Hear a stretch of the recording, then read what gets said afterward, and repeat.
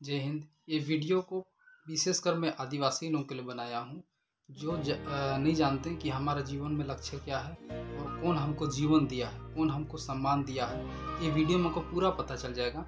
और मैं ये रिक्वेस्ट करता हूँ, आप हमें दिन भर तो आप यूट्यूब में डांस, सिंगिंग ये सब देखते हैं, इस बार एक बार इस वीडियो को देख लो, आपको समझ में आ जाएगा आपको कौन जीवन दिया है और कौन अधिकार दिया है। एक विशेष व्यक्ति जो महान इंसान है उसके बारे में मैं कुछ उदाहरण से चर्चा करूंगा।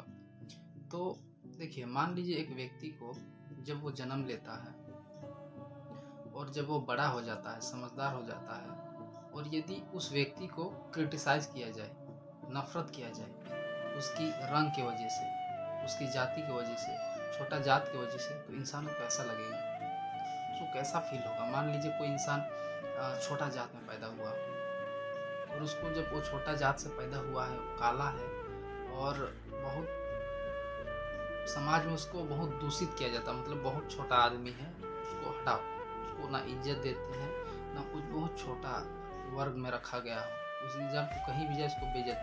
तो इंसान जिसको डिसरिस्पेक्ट मिल रहा है, जिसको सम्मान नहीं मिल रहा है, वो अपना जीवन काल में अपना समाज में बहुत ही दब कर रहेगा, ठीक है, और अपना जीवन को ख़त्म करने का प्रयास भी करेगा। सोच मन में विचार में आएगा कि मेरे जीने की वजह क्या है, जब मेरे को समाज में इज्जत नहीं मिल रही है मेरी जाति की वजह से, मेरे रंग की वजह से, तो बहुत ही बुरा लगेगा, ठीक है, बहुत ही बुरा लगेगा, ठीक है।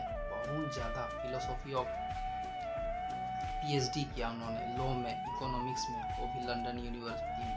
इस वीडियो में, पिछले वीडियो में बात किया, तो बहुत ही परिश्रम किया, ठीक है। उन्होंने दलित के हक के लिए लड़ा और उन्होंने हक दिलाया भी, हक दिलाया, और अपना इतना अध्ययन किया, इतना अध्ययन करके उन्होंने संविधान में दलितों को एक अधिकार दिया, विशेष अधिकार दिया।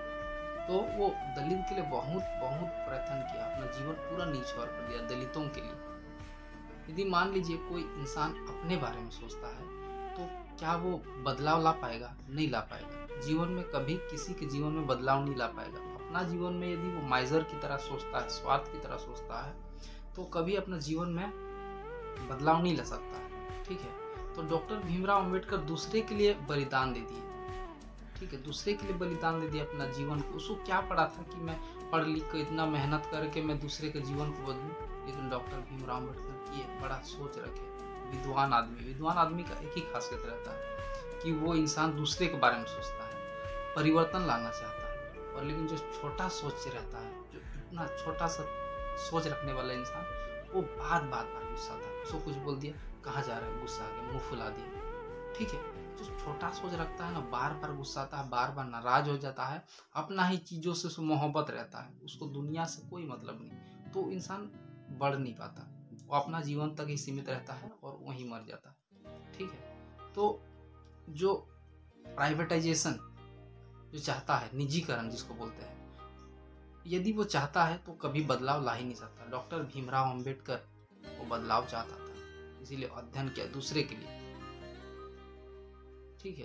देखो, जो अमीर लोग रहते हैं ना, वो ज़्यादा ना प्राइवेटाइजेशन पर ध्यान नहीं देते, वो अपना काम लगातार करते जाते हैं। और जो छोटा सोच रखने वाला इंसान, वो हमेशा अपना ही गुणगान गाते रहेगा, मैं बुद्धिमान हूँ, मैं सब कुछ जानता हूँ। जो बुद्धिमान रहता है ना, वो वास्तव में चुप रहता है, क्योंकि एक कहावत भी है, अगर घघरी छलक जाए, मतलब जो घड़ा में पानी रहता है, जब उसको लेते हैं तो ज़्यादा छलकता है, कम ज्ञानी, और जो ज्ञानी रहता है वो शांत रहता है। ये परिचय है ज्ञानी का। और एक महान सुकरात ने भी कहा था, फिलोसोफर, दार्शनिक था, ठीक है, विश्व में। उन्होंने कहा कि मैं बहुत ज्ञानी हूँ, क्योंकि लोग नहीं जानते, क्योंकि लोग जानते हैं कि मैं बहुत ज्ञानी हूँ, लेकिन मैं जानता हूँ कि मैं कुछ नहीं जानता हूँ।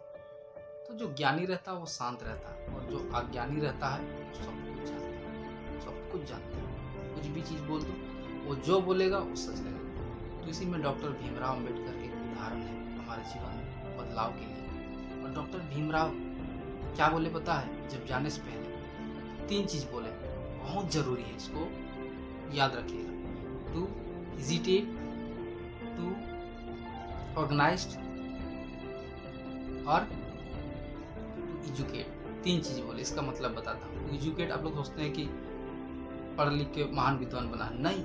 डॉक्टर भीमराव अंबेडकर कभी चाहते ही नहीं थे आप लोग पढ़ो लिखो, दूसरे को आगे बढ़ाने के लिए। आज हम लोग देखते हैं जो आदिवासी है, छोटा जात का है, वो क्या करता है, जब वो कुछ नौकरी मिल जाता छोटा मोटा, अरे मेरे से बड़ा कोई नहीं, मेरे से बड़ा कोई नहीं, वो सोचता है।